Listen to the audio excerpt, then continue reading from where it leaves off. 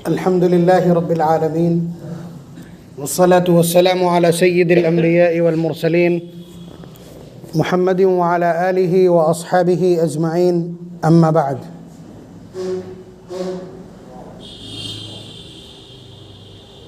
अऊज़ु बिल्लाहि मिनश शैतानिर रजीम बिस्मिल्लाहिर रहमानिर रहीम। कुल्लु नफ्सिन ज़ाइक़तुल मौत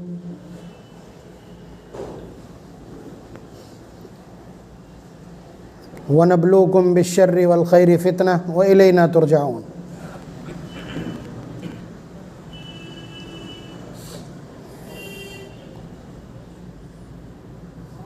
वक़ाल नबी सल्लल्लाहु अलैहि वसल्लम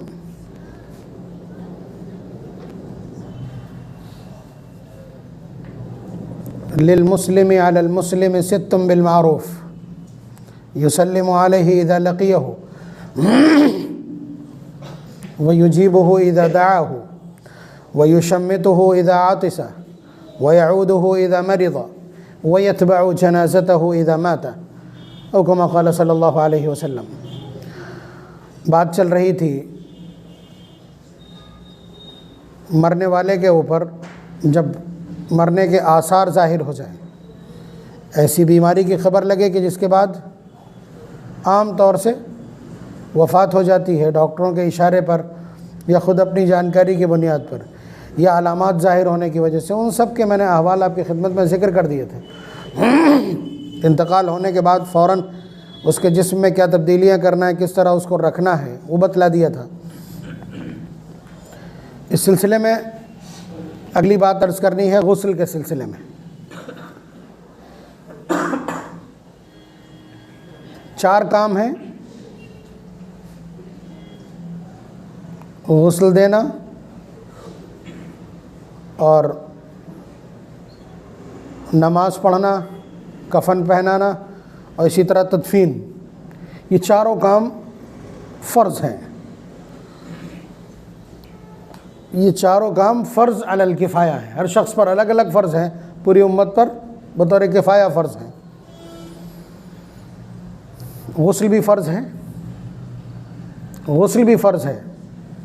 यही वजह है कि अगर मय्यत घंटों बारिश में भीगती रही हो, यही काम आपको करना है कि उस पर पानी बहाना है, लेकिन चूँकि आपका कोई अमल नहीं हुआ है इसमें, इसलिए वो फ़र्ज़ियत अभी भी बाकी, आपको गुस्ल कराना है। या इसी तरह से कोई शख्स डूब गया, अब वो निकल के आता है तो आपको मालूम है आप तो थोड़ा ही पानी डालते, उस पर तो मौजें गुजर गई,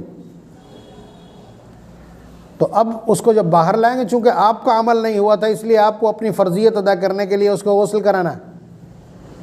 हालांकि मसाइल के एतबार से ये गुंजाइश है कि अगर डेड बॉडी निकालते वक्त जो लोग उस जिस्म को पकड़े हुए थे, अगर वो 3 गोते इस नीयत से दे दें कि ये गुस्ल है, तो वो गुस्ल मान लिया जाएगा। यानी जिंदों का नियत करके उसे गुस्ल के अमल से गुजारना, ये जिंदों के लिए फ़र्ज़ है।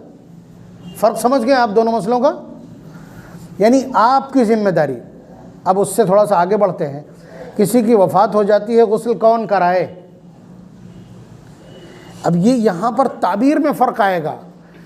आप तो ये कहेंगे कि ये काम तो नापसंदीदा है, आपकी निगाह में नापसंदीदा है कि ये काम मुअज्जिन साहब को बुला लाओ, मौलाना को बुला लाओ, या फ़लाने को बुला लाओ, फ़लाने को बुला लाओ। यही वजह है कि इस तरह के ट्रेडमार्क वाले लोग समाज में मौजूद हैं कि फ़लाँ मर्द को गुस्ल देते हैं, फ़लानी औरत को गुस्ल दिलाती। कहीं कहीं उजरत पर भी ये काम होता है, कहीं कहीं उजरत पर भी ये काम होता है।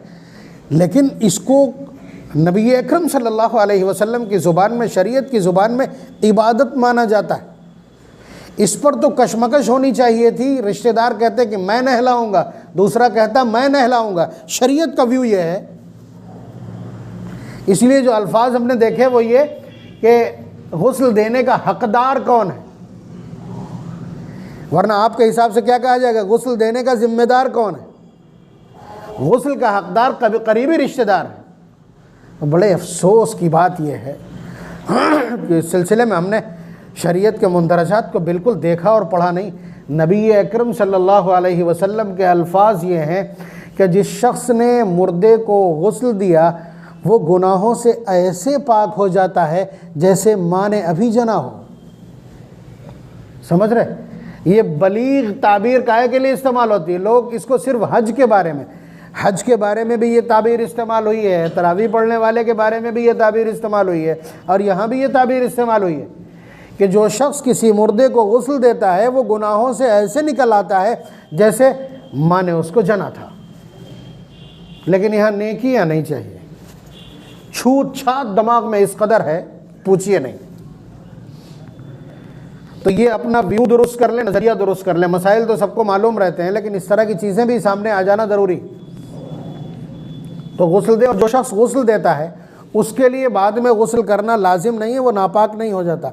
अलबत्ता मुस्तहब है कि वो गुस्ल कर ले, वक्त हो, गुंजाइश हो तो वो गुस्ल कर ले। जो लोग सफ़र में हैं, जो लोग तैयारी करके नहीं, कोई दिक्कत नहीं, समझ लीजिए।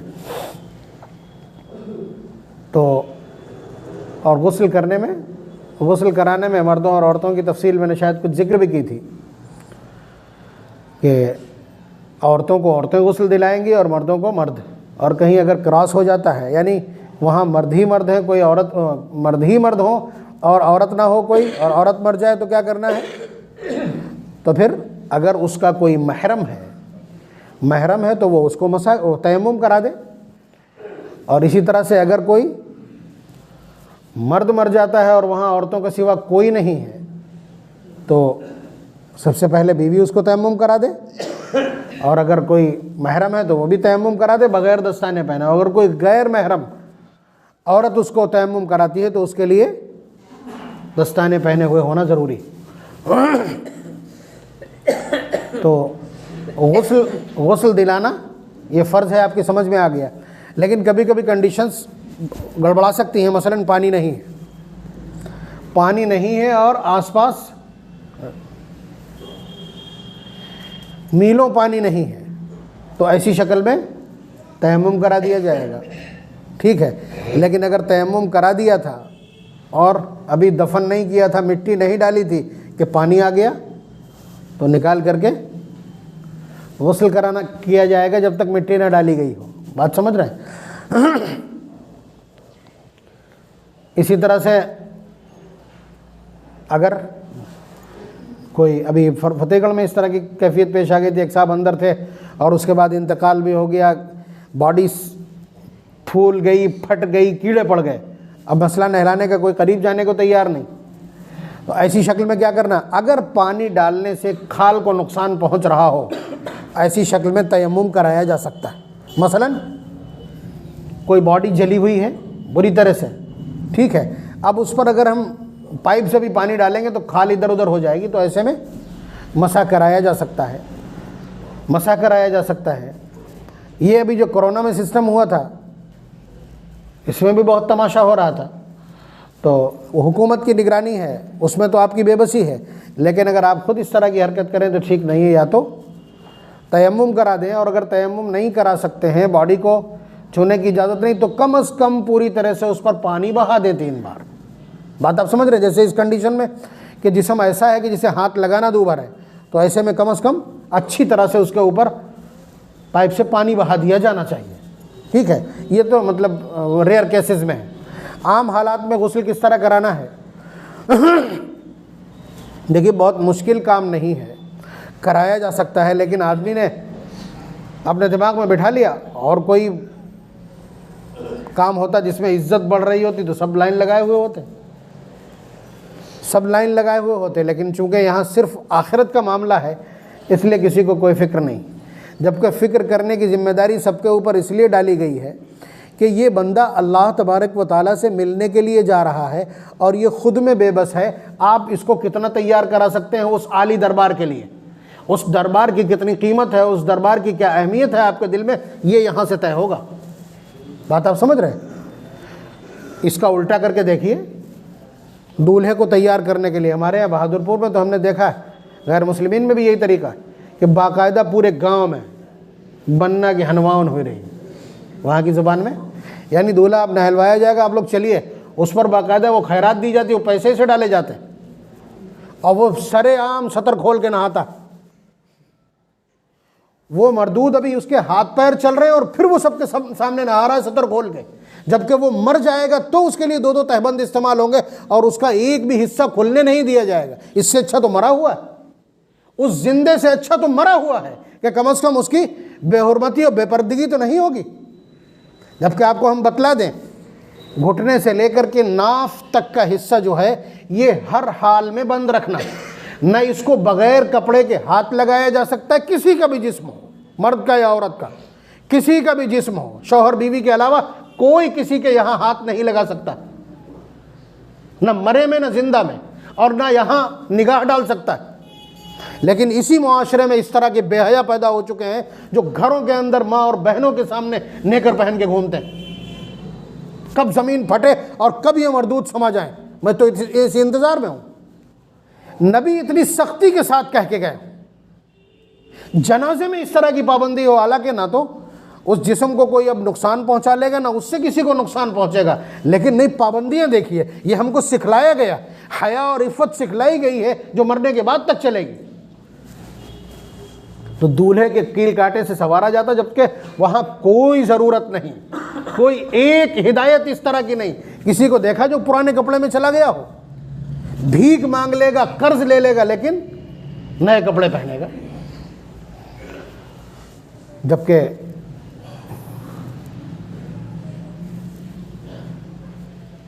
अब गुस्ल देना है, गुस्ल देने के लिए अब आपके जज्बात देखे जाएंगे, कितनी आप तैयारी करा रहे। घर वालों का सबसे पहले इम्तिहान है, घर वालों का इम्तिहान है।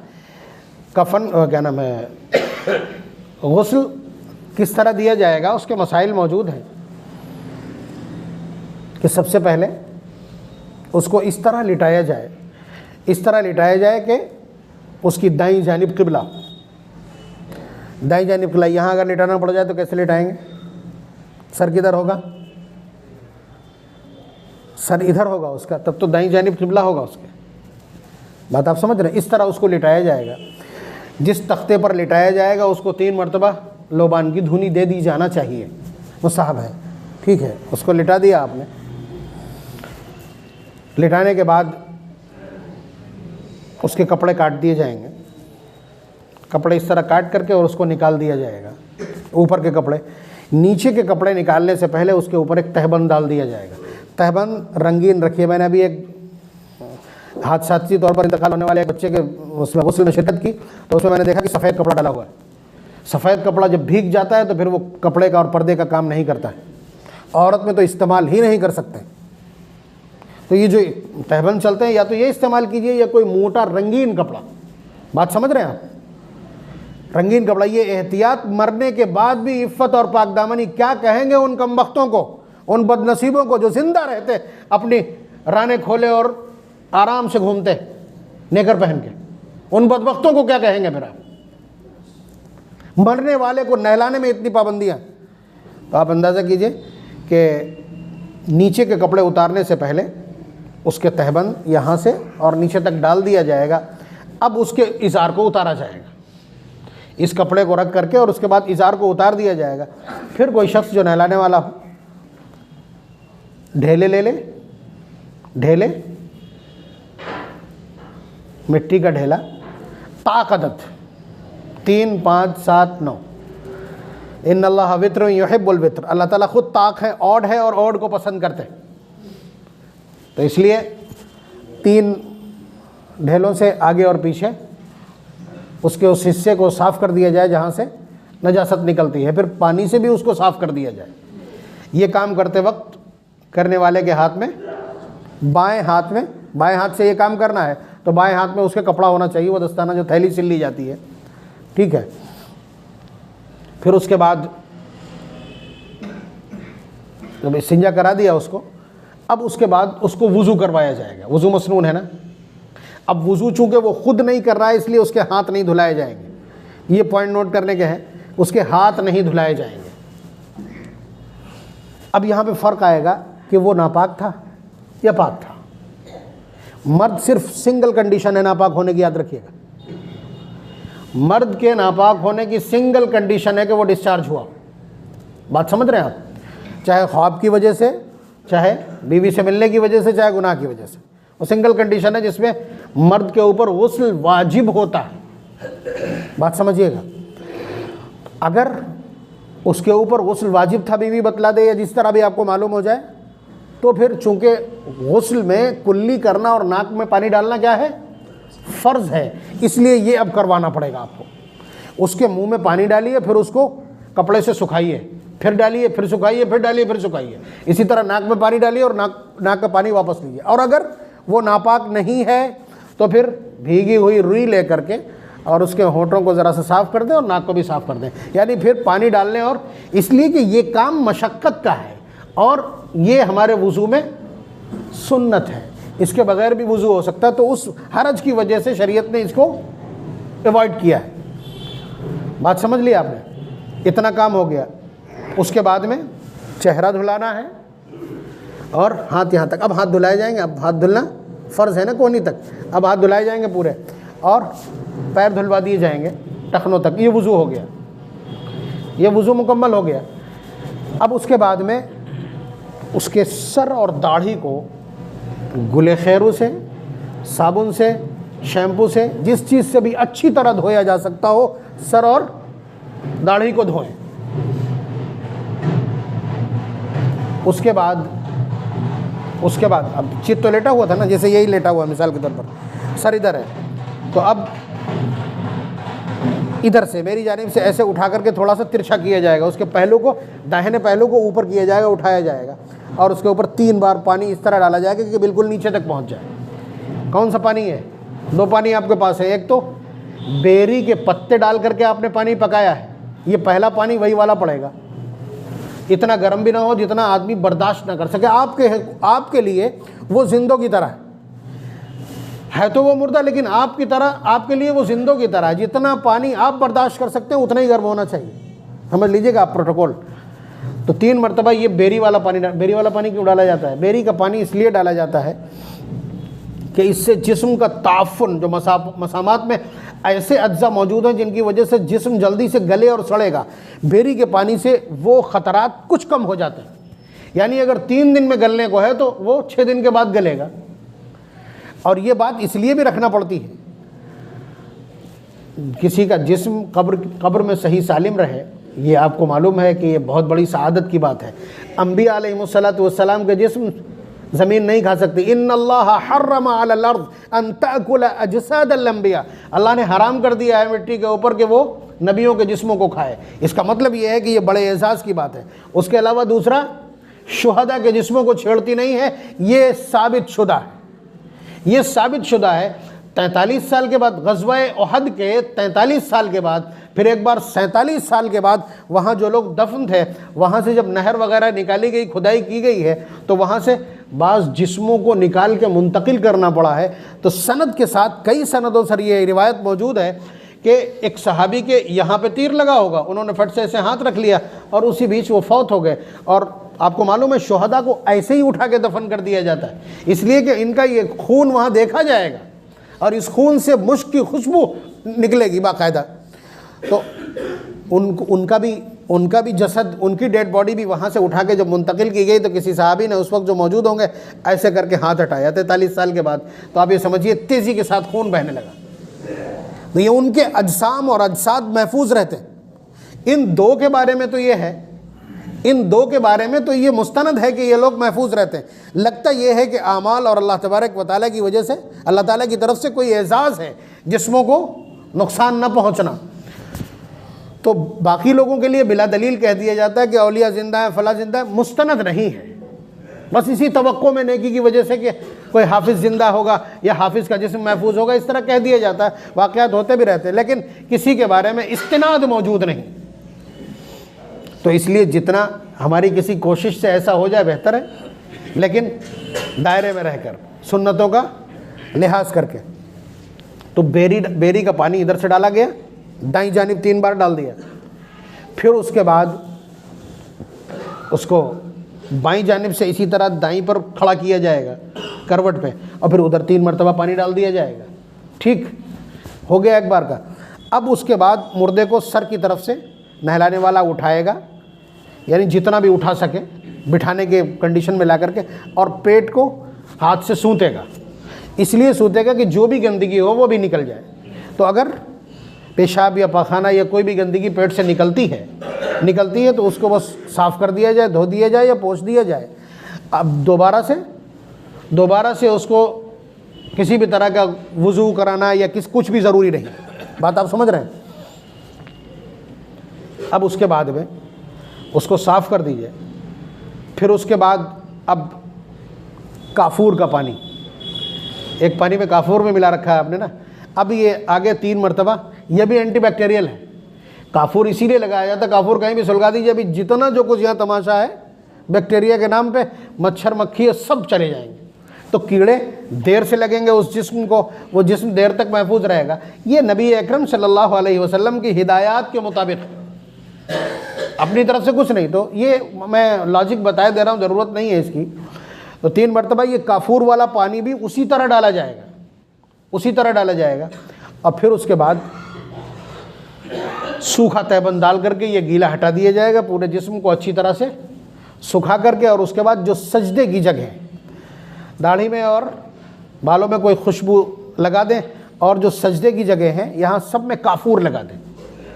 ये भी एक कोशिश है कि नबी अकरम सल्लल्लाहु अलैहि वसल्लम ने क्या फरमाया कि गुर्रम मुहज्जलीन यौमल क़ियामति मिन आसारिल वुज़ू, कि मेरी उम्मत के अफराद को ऐसे पहचाना जाएगा कि उनकी जो सजदे की जगह हैं वो रेडियम की तरह चमक रही होंगी, वो चमकेंगी, तो उससे पहचान लिया जाएगा ये किस उम्मत का फ़र्द है। नबी अकरम सल्लल्लाहु अलैहि वसल्लम की उम्मत के अफराद का यूनिफॉर्म ये है मैदान महशर में, लेकिन ये उन्हीं के लिए है जिन्होंने सजदे किए, जिन्होंने सजदों का एहतमाम किया और फ़राइज़ की अदायगी की हो। तो आप समझ रहे हैं कि ये जो वुज़ू वाले आज़ा हैं, ये सब के सब चमकेंगे, और जो सजदे की जगह हैं उनसे खुशबू आना, ये उसके इबादत गुज़ार होने की अलामत है, और ये हमारी तरफ से उसको दिया जाने वाला एहसास है।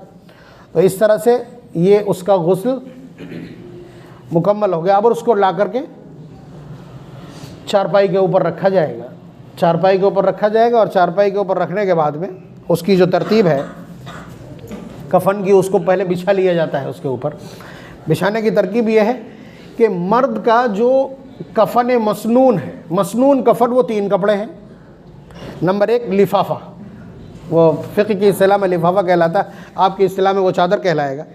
वो सर से और पैर से थोड़ी सी बड़ी होती, सर और पैर से थोड़ी सी 6-6 इंच निकली हुई होना चाहिए। दूसरा कपड़ा ये इज़ार कहलाता है, ये सर से लेकर के पैर तक पूरे कद के बराबर होगा। और तीसरा कपड़ा कहलाता है कमीज़, कुर्ता, वो यहाँ से लेकर के और नीचे तक होगा। ये मर्द का कफ़न है। तो जाहिर सी बात है, इसको पहनाने के लिए सबसे पहले क्या बिछाया जाएगा, जो लिफाफा ऊपर वाली चादर है उसको बिछाया, उसके ऊपर से इज़ार को बिछाया, उसके ऊपर से कमीज़ को बिछाया, एक परत, और एक परत इधर पलट दिया। अब जब उसे लिटाएंगे तो ऊपर से वही कमीज़, यहाँ पे जो गला चाक होता है उसको उस पर पहना देंगे। फिर उसके बाद कफ़न बाईं तरफ वाला पल्ला पहले डालेंगे, फिर उसके ऊपर से दाएं वाला पल्ला डालेंगे। बात आप समझ रहे हैं? दोनों में यही करना है, लिफाफे और इज़ार में। औरत के जो कफ़न के कपड़े हैं वो 5 है, कफ़न मसनून 5 कपड़े हैं, 3 तो यही वाले हैं, और एक कपड़ा उसका जो सीना बंद कहलाता है, वो बगल से लेकर के नाफ तक हो सकता है, वरना उसको रान तक होना चाहिए। उस कपड़े को जो सीना बंद कहलाता है वो रान तक होना चाहिए। और उसके अलावा एक खिमार होती है, दुपट्टा, जो उसके बालों को धो करके दो हिस्सों में करके, 2 चोटियों में करके सीने पे डाल दिया जाता है, और उस कपड़े को नीचे से ऐसे डाल दिया जाता है। ये 2 कपड़े जायद हैं औरत के। कफ़न में भी बड़ी ज़्यादती हो रही है। अब देखिए, औरत और मर्द के कफ़न में फ़ुक़हा ने जो लिखा है कि पूरे आधो आध का फ़र्क है, उसे 10.5 गज़ लिखा है मर्द का कफ़न, और औरत का कफ़न 21.5 गज़ लिखा है, लेकिन यहाँ सबका एक सही आता है। आप ये समझिए कि अगर मुर्दे की मीरास में से आप लेकर के आए हैं, तो ये जो कपड़ा उसके चारपाई के ऊपर आप डालते हैं मर्द में, ये नाजायज़ है ख़रीदना। औरत की चारपाई के ऊपर कपड़ा पड़ा होना ज़रूरी है, लेकिन ज़रूरी नहीं कि यही कफ़न वाला कपड़ा हो। अपनी चादर भी डाली जा सकती है। मसाजिद में जो चादरें हैं ये इसीलिए होती गहवारे पर डालेंगे, मर्दों पे भी पड़ी, औरतों पे पड़ी, उस पर जाने क्या क्या लिखा हुआ, गलत है, बेअदबी है। बेवजू उठाए चला आ रहा आदमी, लिए चला जा रहा है, तो इसलिए वो सादा होना चाहिए। तो औरत के गहवारे के ऊपर, ताकि उसका जिस्म दिखाई ना पड़े, ज़रा देख लीजिएगा ध्यान से, सुन लीजिएगा। हज़रत फातिमा रज़ियल्लाहु ताला अन्हा से इसका आगाज़ हुआ है। गहवारे के ऊपर कपड़ा इसलिए डाला जाएगा ताकि औरत के जिस्म की साख्त न दिखे। ये औरत मर चुकी है, ये औरत बूढ़ी भी हो सकती है, ठीक है, लेकिन वो जवान औरतें जिन्हें बाकायदा बग़ैर नकाब के नचाया जा रहा है मैरिज हॉल्स में, क्या कहेंगे आप? उनसे तो मुर्दा बेहतर है। उन नालायक जिंदों से तो ये मुर्दे बेहतर हैं कि जो कम से कम हया के साथ छुपे हुए तो हैं। ये एहतियात है कि इसके ऊपर डाला जाएगा। मैं कह रहा हूं कि वो कपड़ा अगर मरने वाले के तरके में से खरीदा गया तो मर्द के लिए वो चादर खरीदना हराम है। हराम इसलिए है कि हो सकता है उसके जो वारिस हैं उनमें कोई नाबालिग हो या मौजूद ना हो। नाबालिग अगर कह भी दे कि हाँ ले आना, तब भी जायज़ नहीं। समझ नहीं रहे आप? यानी नाबालिग जिसका मीरास में हिस्सा है, वो अगर किसी चीज़ के बारे में कह भी दे कि हाँ ये इस्तेमाल कर लो, तब भी जायज़ नहीं। तो अगर उसके मीरास में से लेकर के आए हैं तो मीरास में सिर्फ उतना ही कफन आएगा जितना शरई है। ये तमाशे वाला कफन नहीं कि वो चादर इतनी बड़ी ले आए जो 5-6 मीटर की है और उसके बाद अब उसका लेने वाला कोई नहीं, इसलिए कि छूत छात का तस्वुर इतना बढ़ चुका है कि उसे लेने वाला कोई नहीं। गरीब से गरीब तर को भी दे फेंक देगा तो मजबूरन वो वहां कब्र में हिसाब हो जाएगा। उसी से मुसीबत खड़ी कर देगी वो चादर उस मरने वाले की कि तूने अपने सामने इस तरह के कफन दिए थे, ये तेरी हरकत है। कोई भी जायद 1 इंच कपड़ा अगर आप खरीदते हैं मीरास में से, तरके में से, अगर कोई अपने पास से ले आया है तब भी गुनहगार तो हो गई कि इस रीत को वो जारी रखे हुए। तो औरत के लिए तो ज़रूरत है, मर्द के लिए ज़रूरत ही नहीं है। अगर वो तरके में से आएगा तो नाजायज़ होगा। तो ये कोई बहुत मुश्किल काम नहीं है, ऐसा किया जा सकता है। और कफन किस क्वालिटी का होगा? नबी अकरम सल्लल्लाहु अलैहि वसल्लम ने फरमाया इल्बसु सियाबल बीद व कफ़िनु फ़ीहा मौताकुम की बात, किताबुल लिबास मिशकात की रिवायत, कि तुम लोग सफ़ेद कपड़े पहना करो और अपने मुर्दों को भी सफ़ेद में दफनाया करो। कपड़ा उस तरह का लाया जाएगा जिस स्टैंडर्ड का वो पहनता रहा है। यहाँ तो सब एक तरह का चलता है, नहीं, जिस स्टैंडर्ड का वो पसंद किया करता था। मान लीजिए कि वो कुर्ते पैजामे के लिए जब कपड़ा लेके आता था तो किस तरह का होता था। अब उस तरह पर नहीं, ज़िंदगी का एतबार, इसलिए कि यहाँ ससुराल जाने के लिए, वहाँ जाने के लिए तो उसने अच्छे कपड़े पहने। जब अपने पालनहार की बारगाह में जा रहा है और वो बेबस है तो आपने उसे स्टैंडर्ड से नीचे कपड़े पहना दिए। इससे बारगाह की तौहीन होती। तो आप इस तसव्वुर के साथ कि आप उस बंदे को तैयार करके अल्लाह तबारक व तआला की बारगाह में भेज रहे हैं, आप उसको किस तरह तैयार करते हैं, ये आपके दिल के अंदर जो तसव्वुरात हैं अल्लाह ताला की बारगाह के, अल्लाह ताला की बारगाह की जो अज़मत आपके दिल में है, ये उसको टैली करेगा। उसकी जो तैयारी है उसको टैली कराएगा। ये तो एक ही आध लोग होते हैं इसकी फ़िक्र करने वाले, किसी को कोई फ़िक्र नहीं होती। बहरहाल अब इसके बाद के और मसाइल हैं, मैं समझ रहा था यहीं ख़त्म हो जाएगा मज़मून। अल्लाह तबारक व तआला हम सबको शरीयत के मुताबिक, दीन के मुताबिक, नबी अकरम सल्लल्लाहु अलैहि वसल्लम के बतलाए